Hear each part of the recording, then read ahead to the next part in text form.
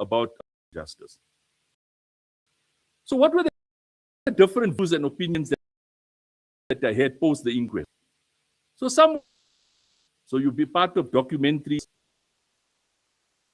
TV series, but you steer away completely from truth and justice. Don't talk account. No, it's too painful, right? Some want pure reparations, and that's understandable depending on the reparations. Others, now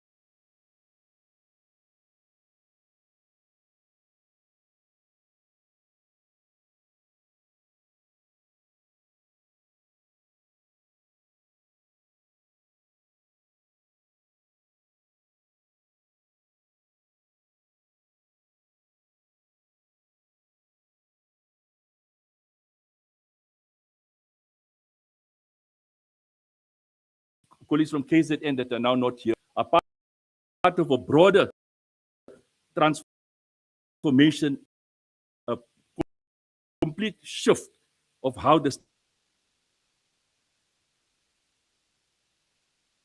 Obviously, Professor Nguyen, but there is a shift.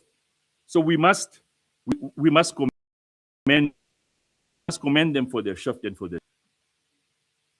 I know it's lunchtime. We think that obviously we need to, we need to explore. Today, and our law students are here, we talk good governance, accountability, transparency. We show the entire government has been infiltrated penalty. When we say we want access to TRC archives, forget we're coming to a part. We want access to TRC archives. We want access to apartheid era archives. All the transparency. You ask yourself, but who protecting? Why are you protecting? Because how do we move forward without dealing with our past? So it is very uncomfortable. And it's a compromise. They were compromised before 1990, working for the apartheid regime. And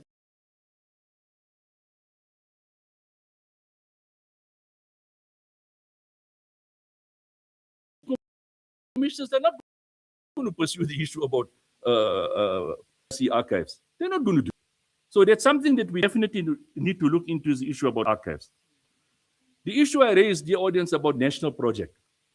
It has to be. How does this organization be the oldest liberation movement in the continent, and you take no pride in preserving your own history? And I'll tell you why. Because if you preserve your history, these individuals that are blocking us today, you will find out that they were compromised. So they relegated to June 16, Mandela Day. That's what they relegated. With no accountability, no justice, nothing. We must just stand up and shout, long live and viva. It can't be. The third one, dear audience, all of this, I can speak myself. Revisiting this, first book, second book, inquest, pain, trauma, post-traumatic stress is part of the package, even though I was not there. But what it has done for me, like Baba Luthuli's matter, and privileged to have worked with the family when there was nobody there. It gave me an opportunity to go and study this man, to say, but who was this man? We must not forget randomly killed our people. Sharpeville, Langa, Soweto, Boipatong. But they also targeted individuals.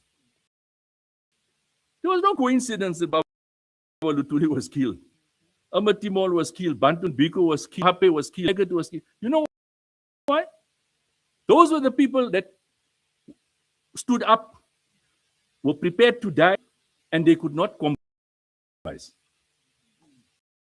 So for me, when I visit my uncle's legacy, Baba Luthuli's legacy, everybody else's legacy. And what are we doing? We've got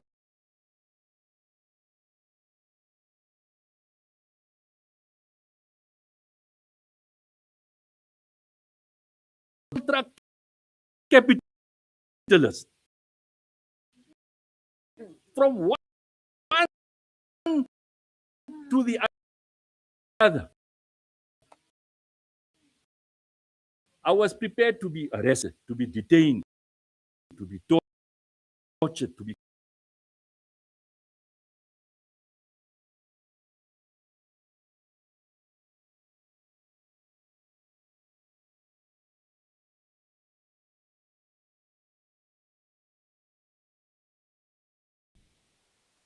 the blood of a martyr. I can't stand here and say I'm fighting for truth and justice when I'm in on a day-to-day basis. My uncle died for. He did not witness the freedom.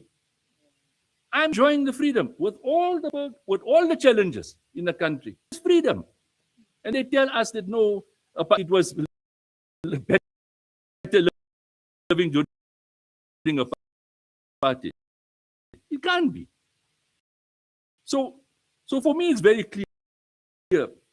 Doc, everything happens at its own time. Dr. Nsele, we've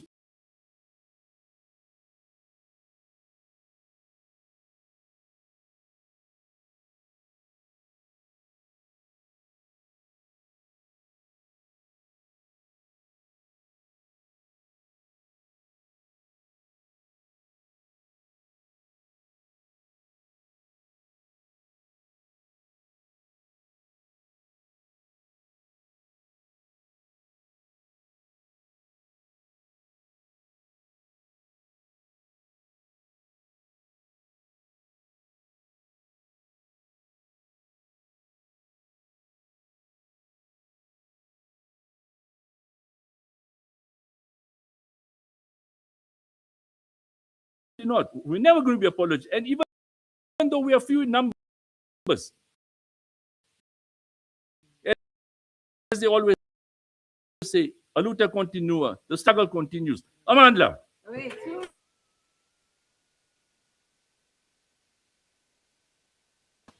You went back to the issue of commemorations and the question that came, naming is good, but sometimes renaming conceals. So when we say it's human rights,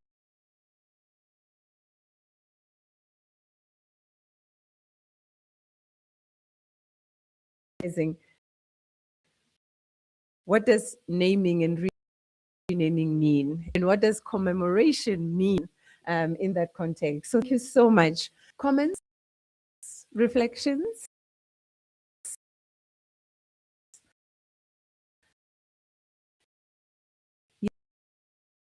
Yes, sir.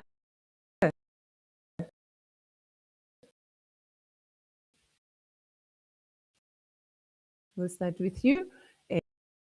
And there's a second one. Is there a third? Yes, there's a third one. Thank you so much.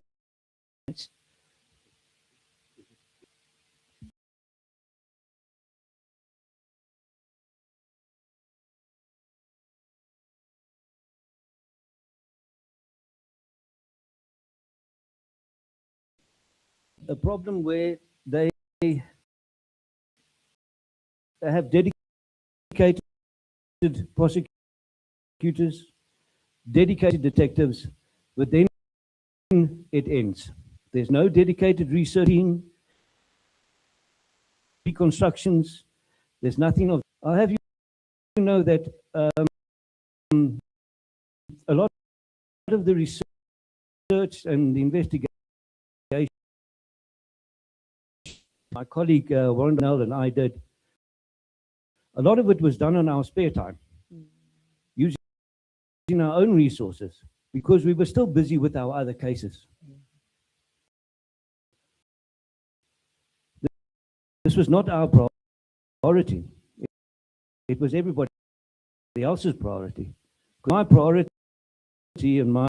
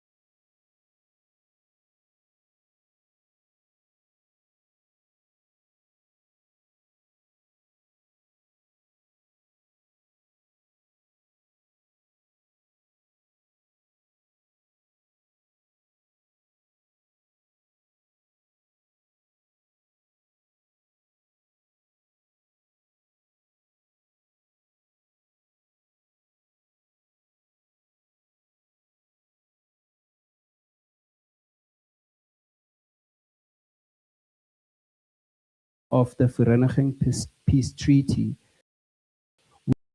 which made specific mention of the fact that the question of black franchise will be put aside until independent governance has been achieved. And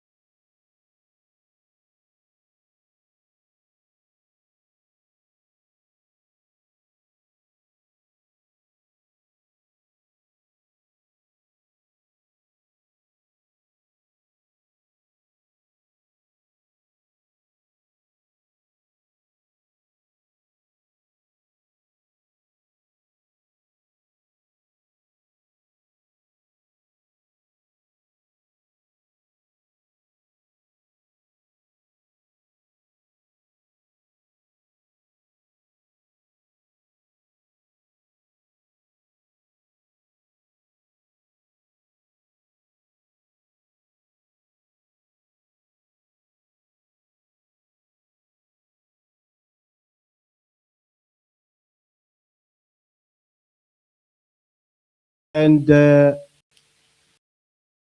records of the Xaba brand bar are also not accessible, and they are over 60 years old. Those records, Tillman Ruos and Oswald Biro in the 1940s, and they are still not old. So maybe we need to make it that the law of the country should, because it makes provision for us to access those records. And for the sake of our students, the issue of collaboration, we will also have to take it forward so that they research about this and they help, they play a role in terms of accountability and do the participatory action research. Thank you. Thank you so much. And the last contribution there at the end, at the back.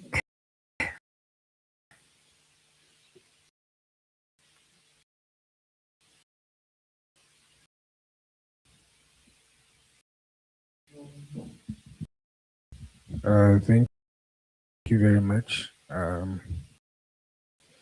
am very blessed to be here today. I am also not a lawyer nor an academic. Okay.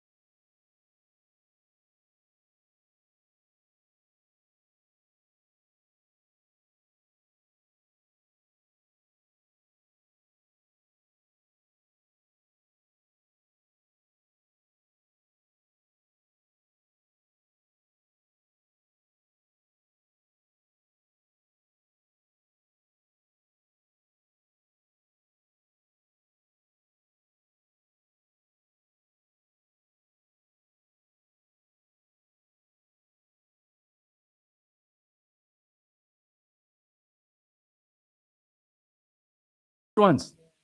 We distance ourselves from them, completely distance ourselves. That the legacy and the memories and they never be destroyed. But this corrupt Lord that are there. I thank you.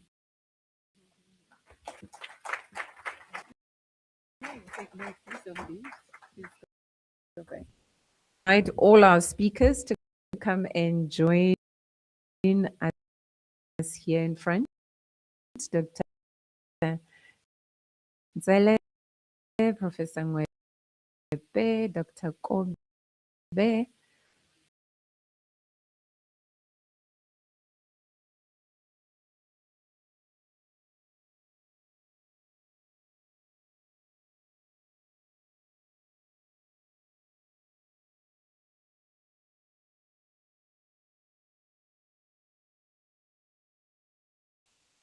Moving into that space to say what next, what are the and I think we've already started that conversation. So questions that maybe if you had a question for Prof earlier and you didn't get to ask it, or now that you've listened to everybody, now you have a question, you'll be given the opportunity to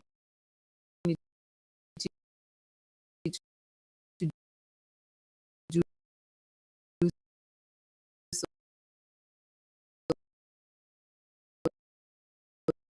So those will then be the first ones that I've noted, and a third.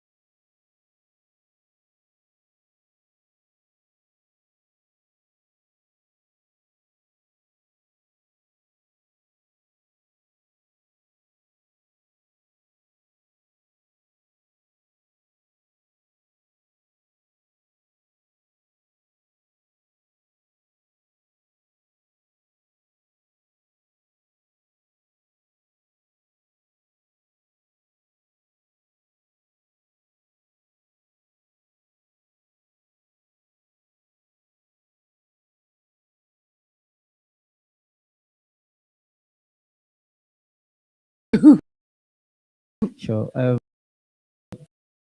From the Department of Philosophy, Practical and Systematic Theology. The,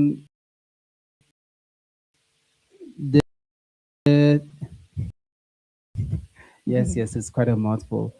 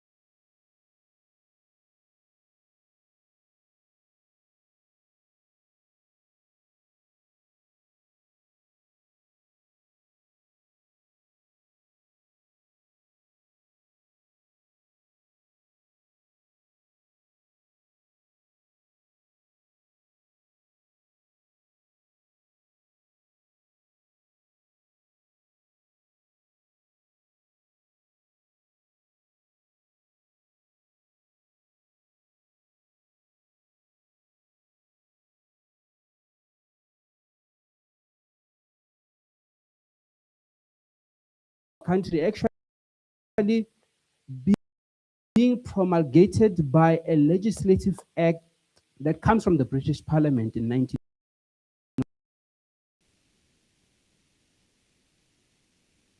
The judicial to function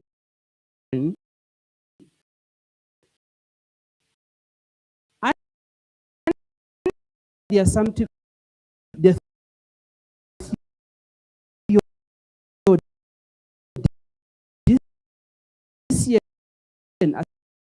assumptive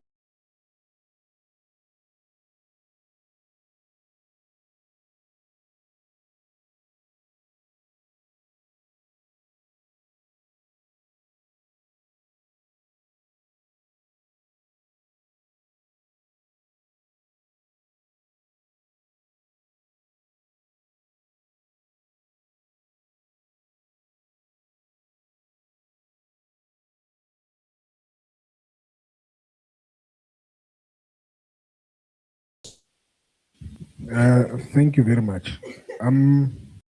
It is not that deep.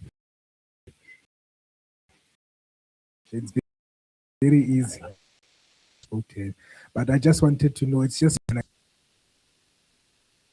clarity. I just wanted to know regarding when families come and identify bodies and take bodies, maybe prove that this our son, our niece or something, like, isn't the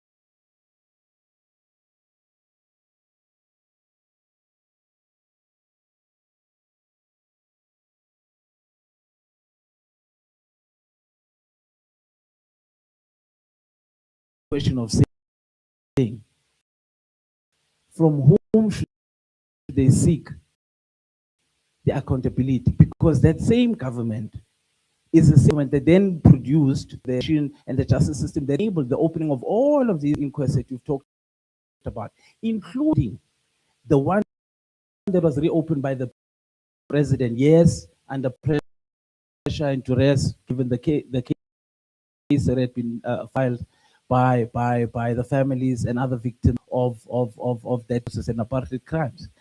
But I raise this because when I say we must not throw the baby out with the bathwater, let us acknowledge the reconciliation worked. We build a nation. We do have institutional questions. When we say accountability, it should never be that there must be an individual, regardless of his position. We should be going to the institutions. And I believe that the men and women who came here today from the NPA, the men and women who are still here, investigators, and I loved some of the comments that came there about some of the capacity issues that are still there to solve some of these crimes. These represent the institutions actually built because we were able to have an imperfection process. And I'm not saying it's perfect, and hence I asked the good doctor earlier on whether the poor should actually accept, but that was me saying segment of this democratic dispensation that is not benefiting. As I learned, Chair, to respectfully disagree with my colleague in saying that this is not a legitimate state, not a legitimate government. I will, again, we're a new generation of years in the ANC. We understand the moment we're in. And again, we are very much, I like that mark that you put. You said, what are we saying?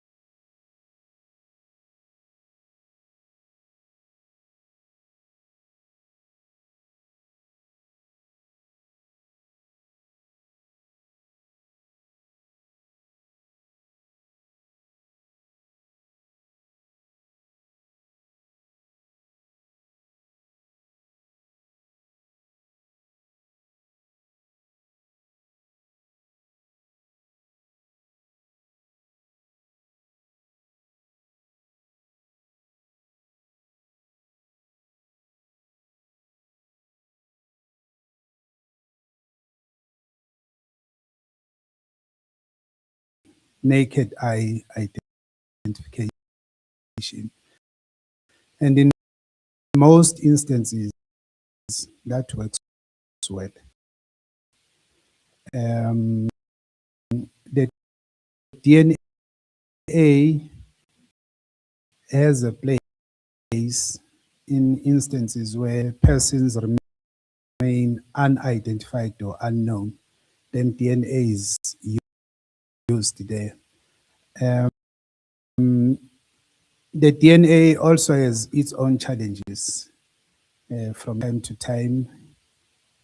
In certain cases where there's been certainty, the deceased belongs to a particular family.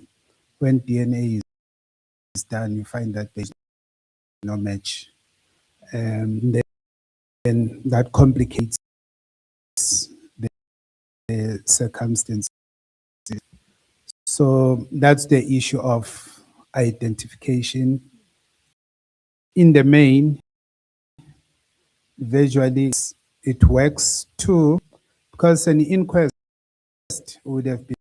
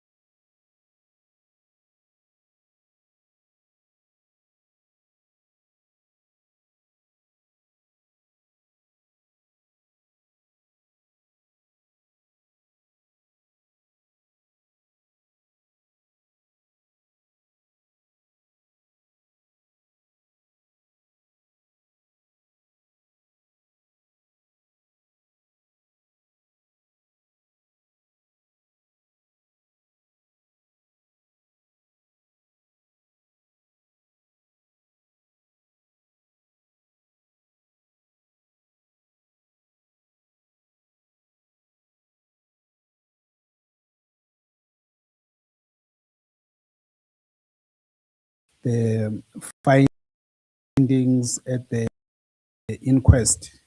There were a lot of contradictions. Now, when various experts, we've got to, and Mr. Bejas, in their line of functioning, they could show the discrepancies on reconstitute where versus what was on record. That's just one segment. Here earlier, I did mention that when the presiding magistrate, even before the inquest started, which because no evidence at the time had been presented before him. Not only did he predetermine the outcome, he also, the record shows when he was informing the Minister of Justice that most likely the Luthuli family won't be happy with the finding. So it is recorded. So that's another area which shows that something incorrect was happening. On the aspect of medical evidence, there were doctors which were involved. I'll try up on that one. The doctor who was working in K Hospital Acute and Agency, Dr. Gregerson, she made findings. She ordered X-rays. So ordinarily, when a doctor orders an X-ray, they've got to edit it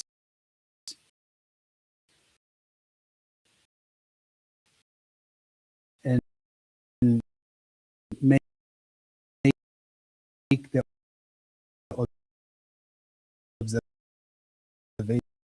observation document them.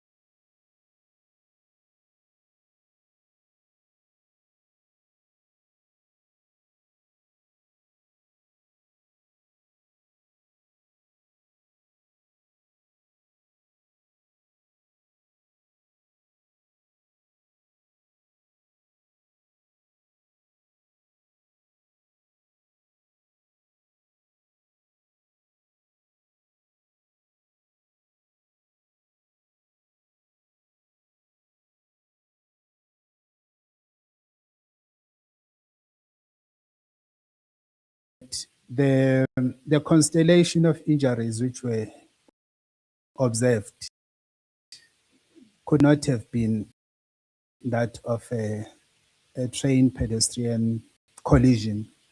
Two, there were injuries which one could tell that they were inflicted by another person, as you would find some of those injuries in relatively protected areas where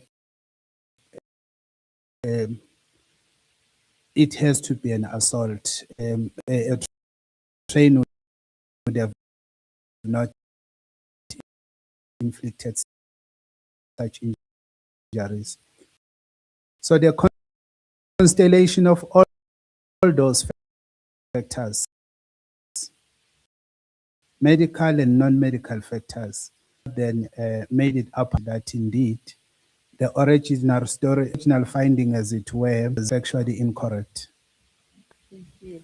We could give Dr. Colloquium to address very, very briefly. And then I think Well, I think as regards to my conclude mark, the last, I think you personal, and I think that for me, this is what equality doesn't start from an abstract notion. It comes from within lived experience. I am the great grand Unzigane.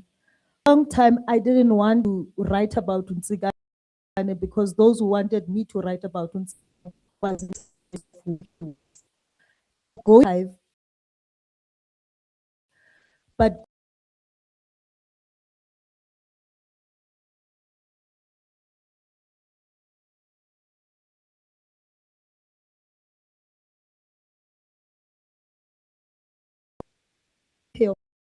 of course.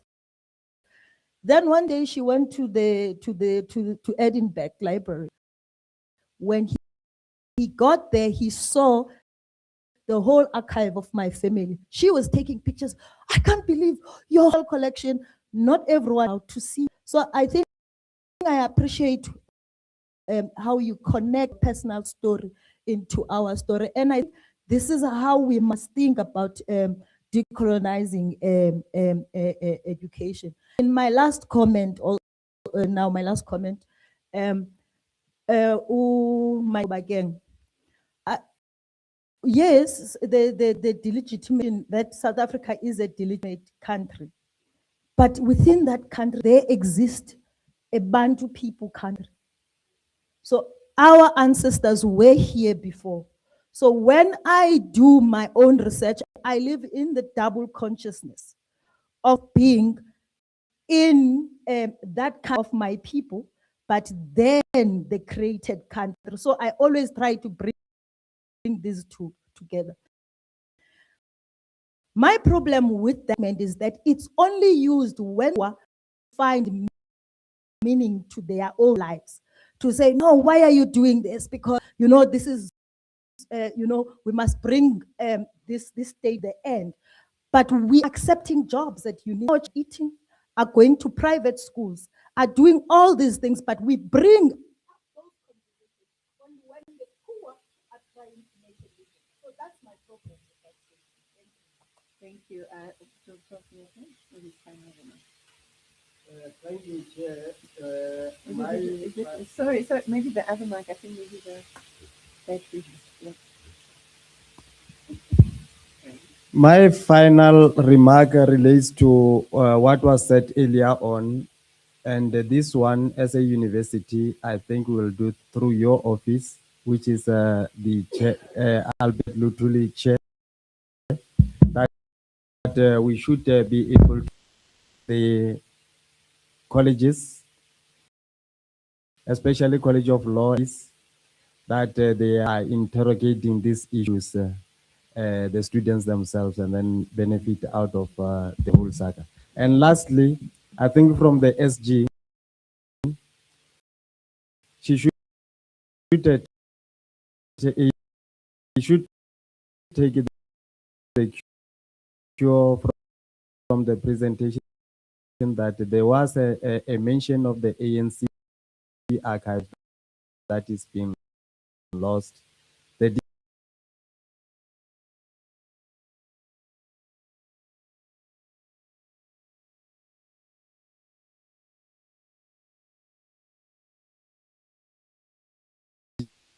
But the survivors, we don't focus on them. And that's in my practical case. I mean, I saw my grandmother, my grandparents with that with the grief for the rest of their lives, and they passed on with it. So obviously, we need to spend time dedicated specifically to the survivors, because their stories are not told. Secondly, Doc, we can obviously engage the entire day about the Truth and Reconciliation Commission, and I'm of the view that the TRC was hijacked. I mean, there's a view that transitional justice experts, and again, we can explore and we can discuss that. But the reopening of quest that has happened, Timor One, has not been driven by politicians. Let me put it simply, they are opportunists of the highest order. Opportunists of the highest order. So when these inquests are reopened, they very, very quick to take credit for it. But when we push and ask for this inquest to be open, they discourage us. They tell it, you're opening old wounds, move on. And it's opportunists of the highest order, they must be exposed